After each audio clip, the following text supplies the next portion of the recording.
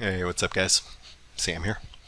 And I'll be doing the free video for Friday, April 12th, 2024. So I just finished making the premium video for the folks in the gold room. And we did what we always do, which is look at the indexes, and then we looked at the peripheral parts of the markets, like the dollar and interest rates, volatility. And we were trying to find where the risk is, right? Last Friday, we made the video here in the YouTube, and the signal was somewhat loudly telling me that I should be day trading, right? The signal was not bearish quite just yet, but it was no longer as bullish as it had been, and there was a potential that we could see volatility spike. So when you have trend neutralization, and I would go back and maybe check out the Friday video, last Friday's video, because if you do, I showed you a chart there that has been accurate for the last year in terms of calling major tops and bottoms, and it triggered as of last Wednesday, I think it was. And that chart alone tells me that we have gone from an uptrend to a neutral trend, right? Which doesn't mean a downtrend, although that has certainly progressed this week, but it does mean that the uptrend is now neutral, and that has to change how you trade. Because I think if you're trying to swing trade a neutral market, it's going to be up 50 one day, and if you're long, you're going to feel great. And then it's going to be down 60 the next day, and you're going to feel bad. And then the next day it'll be up 40, and you'll feel good. And then the next day it'll be down 80, and you'll feel bad, right? And by the end of the week, you've gone on a roller coaster that's gone nowhere, and that's if you're lucky. So let's cover a couple of things that I noted in the premium video that I just finished making. One, I do want to point out signal alignment here, right? And you can see this signal right there that developed right after the lows, where you had the up arrow here, the up arrow there, and the up arrow on the candles, and that basically launched you from about 430 to about 525. As of right now, you do have your first crack in that trend, right? You can see that basically this has been an uninterrupted trend with no down arrows, and you do have your first down arrow there. This is also the first time that the MACD, which I'm using non-standard settings, but it is kind of a secondary signal. The MACD's gone red, and you are on the verge of getting an 8 and 21 EMA cross, where you haven't had that at all during the uptrend.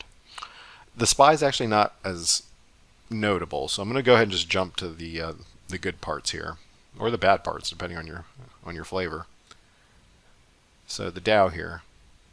And now the question is the Dow bluffing, or is the Dow leading what the other markets will do?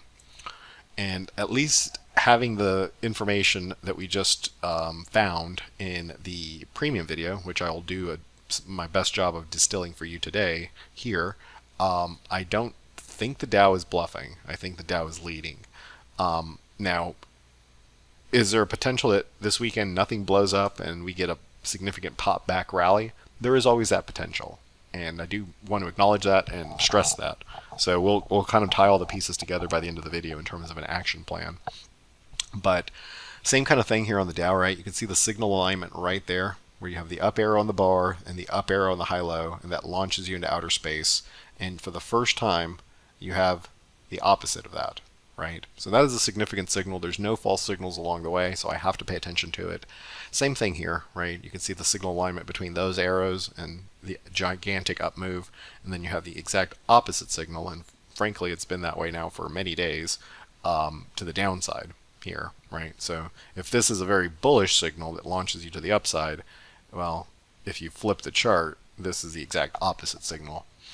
The Dow is also closing below its anchored VWAP, so that's a major issue as well. The Dow is also the only index that's gone weak bear from previously being max bull. So significant changes here on the Dow, and something you should be aware of. We looked at interest rates, and I don't necessarily find those as interesting right now as I do the dollar. So I'm going to show you the dollar here, because what it looked like happened today was a flight to safety. You had both bonds and the dollar up, and that normally doesn't happen. Normally if bonds are up, the dollar would be flat to down, or maybe up a little bit.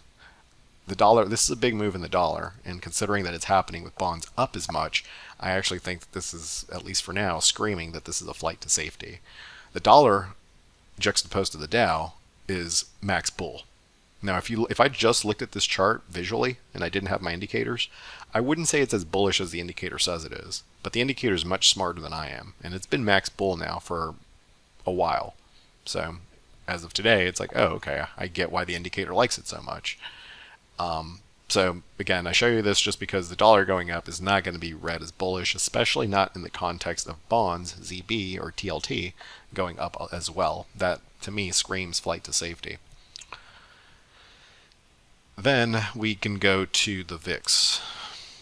So good and bad things come in threes, right? I'm going to show you three things. The indexes were number one. Now let's just say the Dow was number one. The dollar's number two. And the VIX is going to be number three in terms of the trifecta of bad things. And the VIX here, I want to bring just one signal to your attention, and it's a significant signal in my book, and it's this. You have that arrow with that arrow and that arrow.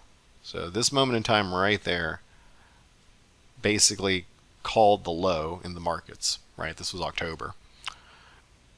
If this signal, where you have the arrow, arrow, arrow, is so significant, well, what do we make of this signal? Arrow, arrow, arrow, right? So we really should keep trading as simple as that, right? Our job as traders is not necessarily to guess what's going on. Is this Israel? Is this Iran? Is this the Fed? Is this or that? Really, it's just to allow our indicators to tell us what to do. And as you look at the chart, and feel free to pause your screen, put it in 4K or whatever you want to, and zoom in, you can see that the signals are pretty clean here. And they really don't give a lot of false signals. So, especially on the weekly chart. So the weekly chart here on the VIX is pretty much screaming at us that there's a significant change that's setting up here. Now, let's tie all the pieces together. Because actually, you know what? Let me give you, I can't give you 3 spankings without giving you some ice cream. So here's some ice cream for you. Can't all be spankings, right?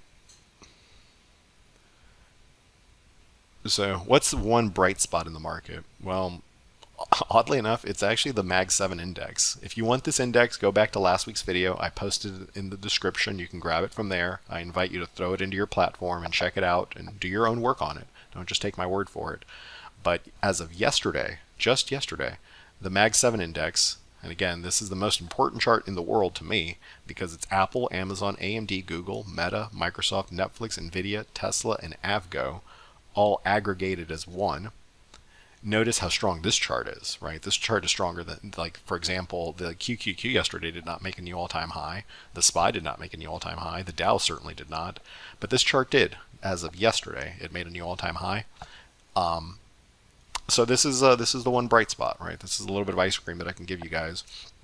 Because as it sits here, this is still a bullish chart. There's no structural damage here. You still have your 821 and 50. You've closed above the daily 8. You didn't even test the 21. This is all incredible. You know, yesterday it made a new all-time high. You have a massive squeeze here. It's still a strong bull. It's not a perfect bull, but it is a strong bull. So this is still a bright spot in the market. Now, the one thing that I will ding it for is the fact that the squeeze has been going on for so long that it's actually developed into a high compression squeeze. And the high compression squeezes are the most likely to do something like this. They're the most likely to go, because you have an uptrend here, right? I think that's undeniable. They're the most likely to go up and then down, right? In the context of an uptrend. If this was just a regular squeeze and it wasn't a high compression variety, they're a lot more consistent, right? Regular squeezes in the context of trend kind of look like this. Here's your trend. Then you go into chop, that creates your squeeze, and then you get the continuation move, very nice and clean most of the time. When you have a high compression squeeze, they tend to have a specific character to them. Well, you'll have an uptrend similar to this. You'll consolidate, it'll go up, and then have a huge flush down. Or you can actually see the opposite as well, where you'll have an uptrend, it'll go down, and then up. So, you know, that is one thing that I will ding this chart for, but it is a very strong part of our analysis so far, is this chart. So 3 bad and 1 good. The question is what wins out. I have to believe that the 3 bad win out, just because the dollar is a much bigger market than all of this stuff combined. But also keep an open mind going into next week. If nothing blows up this weekend, maybe you can get a counter trend rally. But until proven otherwise, and frankly, for me, the SPX would have to get back above its hourly 200, which is right now at 51.80, and close there for 2 days. 2 closes above 51.80 would save the thing. If you're unable to get above 51.80 on the SPX, 2 sequential closes, I then have to continue yet last week's work with you guys here on the YouTube and look at this thing as a day trading with a short or bearish bias to the work. I don't think it's weak enough quite just yet to go, crazy with the bearish swing trades, but I do think the signals are significant enough to be flat, to be willing to trade it bidirectionally, and then maybe skew the trade a little bit bearish on any pops. So hopefully this helps, guys. Go back and catch last week's video. I think that ties in very nicely with what we covered today. Especially if you want to get this index and you didn't get it, you can grab it from last week's video. Drop us a like, drop us a comment. If you think I'm way off base with this, and you see it bullishly, let me know. If you think I'm way off base and you see it way more bearishly and you think it's actually time to get swing short with size, also let me know. Curious to know what you guys think, so drop us a comment down there in the chat, and I'll catch you guys next Friday. Have a great weekend. Cheers. Hey traders, this is Sam with Simpler Trading. I want to thank you for watching today's video. Hopefully you found the information in it helpful. If you did, leave us a like, leave us a comment. It really does help us out with the algorithm. And if you want to see us trade live with our own real money and be part of the community, come and check us out at simplertrading.com.